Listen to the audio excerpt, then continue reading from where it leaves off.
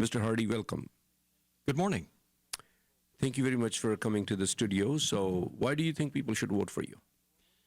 Well, I think that first of all, if I was to sum up my role as an MP, and this isn't false praise, I would want to proceed on the basis that Red FM proceeds on. Close to the community, connecting people with information and services they need, looking for the facts, reporting the news, and basically bringing people closer to their government. In a sense, this is the role I had when I was programming radio stations back in the day, and I admire Red FM for the things that it does. Saw them at Pakistan Day a couple of Sundays ago, just really a great presence in the community. And in my radio days, we did the same thing. As a person who worked at ICBC and at TransLink, I spent an awful lot of the time that I wasn't on programs like this, helping people out, individuals who had issues, had problems. That was the most enjoyable aspect of the work that I did. But I think as well, Fleetwood-Port Kells really deserves better representation than they've had. You know, we have an incumbent who's been basically invisible to most of the riding. The communication you get from them is something that's been prepackaged by the Prime Minister's office and really doesn't speak to the issues in Fleetwood-Port Kells. So it becomes a matter that our MP to date has been Ottawa's voice in the riding, but I don't think we've had a very effective voice for the riding in Ottawa, and that's what I'm running to change. Mr. Hardie, where do you live? Do you have a full understanding of your riding? Pretty good understanding of it. I've lived, right in the heart of Fleetwood now for 15 years. My dog and I walk the streets, and we meet and we talk to a lot of people. We have Fleetwood Park very close by, and it's a good opportunity. The dog is so handsome that people stop and they talk to me. So the dog is my greatest campaigner, in fact. I shop there. I have friends that live in various parts of the riding. The only place I haven't been yet is Barnston Island, and I'm determined to do something about that before the campaign is over. Mm-hmm. And also, briefly give your profile, because we all know that you were with ICBC, you were the spokesman for the TransLink, and then you have been working on a radio station. Why do you think that you can become a good member of parliament now from a Liberal Party? For the Liberal Party, well, the Liberal Party got my support when Justin Trudeau was the leader, or when Pierre Trudeau was the leader. This is back in my university days. I was studying economics there. And I liked the vision that Justin had, I liked the vision that Justin has, but Pierre had that vision, the Just Society. And that really spoke to me as a young person at the time, as it did a lot of young people back then. The reason I decided to run was because of Justin. When I met Justin for the first time, it was before he'd actually decided to run for the leadership of the party. He spoke to a small group in Yaletown in Vancouver, and I was there in the room with about maybe 50 other people, and I just saw something in the guy. The vision for the country of a fair, prosperous, forward-looking nation, not of a country of fear, suspicion, austerity, cuts, etc. That again spoke to me just as his dad did back in the 60s. So that's the reason that I'm doing what I'm doing now. And I think that the experience that I had, particularly as a communication person, as a communicator, as you know, as a program host, you have to absorb the details of an issue. Then you have to turn it around in your mind and present it to people in a way that they can understand, and most importantly, to act on. Mm-hmm. This is something I've had 26 years experience doing, not counting the radio days. I think I'm pretty well equipped to handle a variety of, and a broad variety of issues too.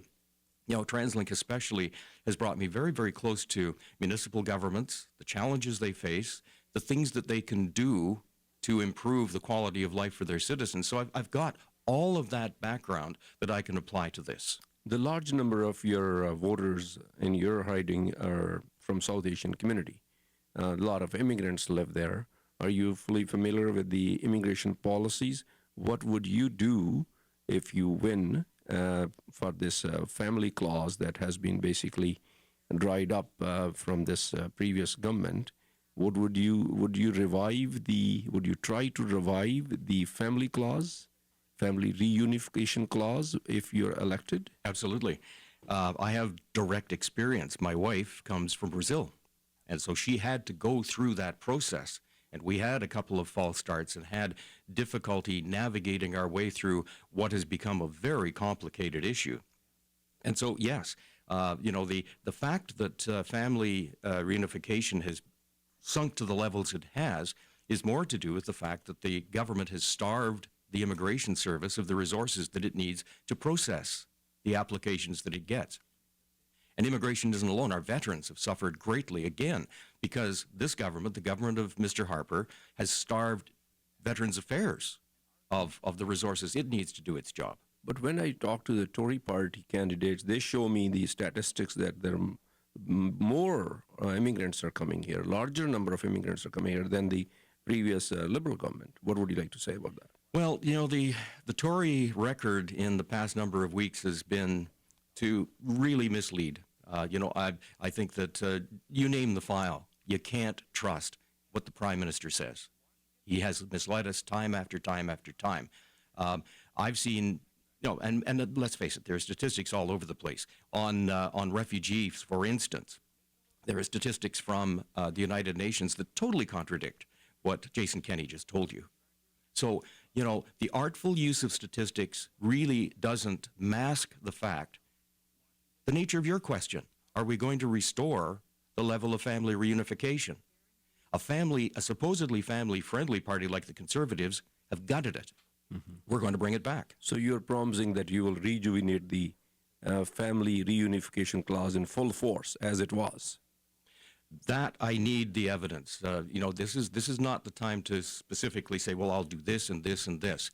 As an evidence-based party, the Liberal Party want to obviously get their hands on the records and to see what's changed, because a lot has changed. Let me reframe my question. Yes.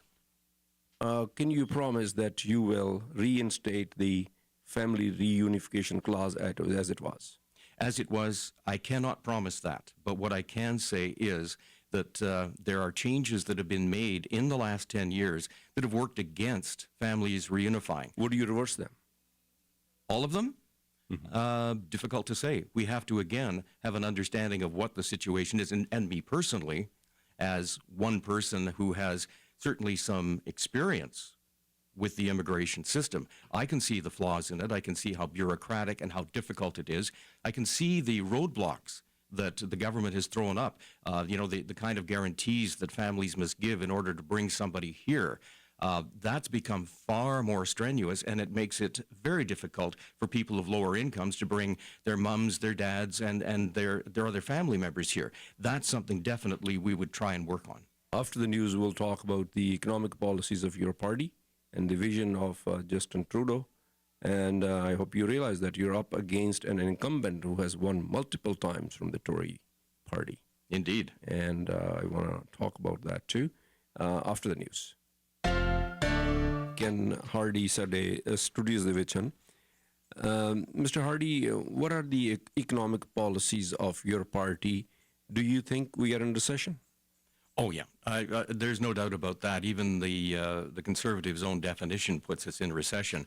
But you don't have to have a technical explanation of it all to understand that there's a lot of families sitting around their kitchen table having problems, having difficulties making ends meet, sending their kids to school, paying the mortgages in this overheated real estate market, which is why I think the Liberals are going to do something quite different. We're putting the family right at the middle of our economic plan. So just as we're going to do everything we can to fix the family reunification issue, and believe me, that is a commitment that we will fix it, we'll also do things much differently than both the Conservatives and the NDP to provide the support that families need.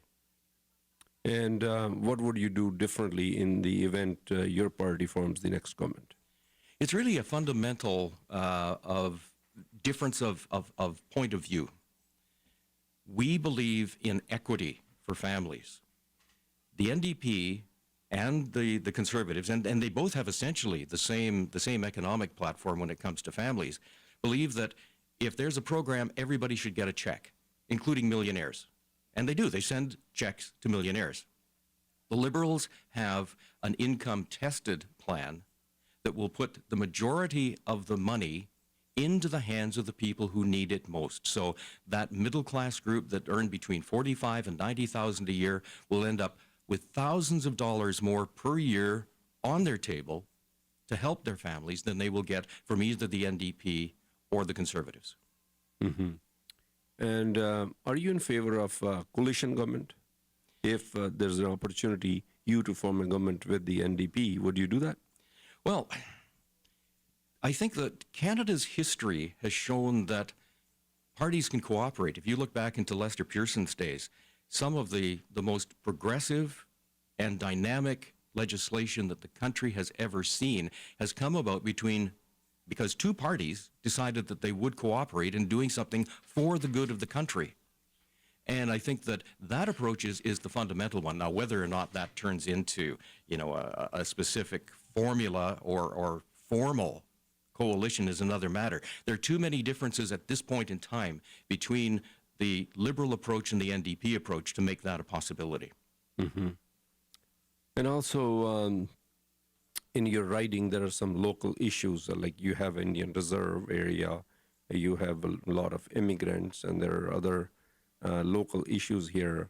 You have a serpentine. So you have full understanding of that. What would you do? Are you in favor of the light rail? Would it reach to your writing? The eventual, I think, destination of light rail is Langley, so putting it down the Fraser Highway makes sense because it would connect right into the King George SkyTrain station. So yes, light rail would make perfect sense in Surrey because there are so many destinations, so many stops that people can make along the way that light rail gives you the flexibility of having more stations. What you give up is the travel time. It'll take a little longer, but it'll still be a far more efficient way of moving people than SkyTrain would through those neighborhoods. So we are up against the clock. Before we start the next segment, what would you like to say to your constituents, the voters living in your riding, about your policies, about your service? How would you operate? One is coming from Ottawa to here. The other is going from here to Ottawa. Here to Ottawa is the focus. I am here. I live in the riding. I understand my neighbors, and they come in all shapes, sizes, and colors, and I love them all because they're all great people. I have had the experience in being a public servant, serving the people who pay my salary, connecting them with the services they need, and helping them solve their problems. I am a visible person. I'm a communicator, so they will hear from me every week, not 3 times a year in some pre-manufactured flyer that appears in your mailbox. This is unlike what we've had. As well, if you contrast us with the NDP, their program has fallen off the rails. The wheels have fallen off their bus. Mr. Mulcair can't afford what he's promised to do, including the extra RCMP officers for Surrey. We need a much deeper understanding of the issues affecting crime and disorder in Surrey, and I have that deeper understanding just based on the things that I've done, because I've also worked with the police. So I believe that I bring a depth of experience and a breadth of experience that can help the municipality, the community, the region, and the country take its place as a prosperous place, a forward-looking place, a place where the people who were born here and the people who choose Canada as their home can be proud of. Where you can be reached, do you have your email or phone number? You can give it to the people they want to ask any question. Info at Ken Hardie, all one word, HARDIE.ca. So that's info at kenhardie.ca. We will be opening up our campaign office very soon, and we're right at a beautiful corner, 88th and the Fraser Highway. There used to be a dry cleaner there right next to the Bosleys. That's where we're going to be. Thank you very much for coming in. I'm sure, in next 4 or 5 weeks, we'll be speaking to you again. I really appreciate the opportunity, Harjinder, and thank you, and thanks to Red FM for doing this, because it's just another example of how you guys are close to the community, which is what it takes.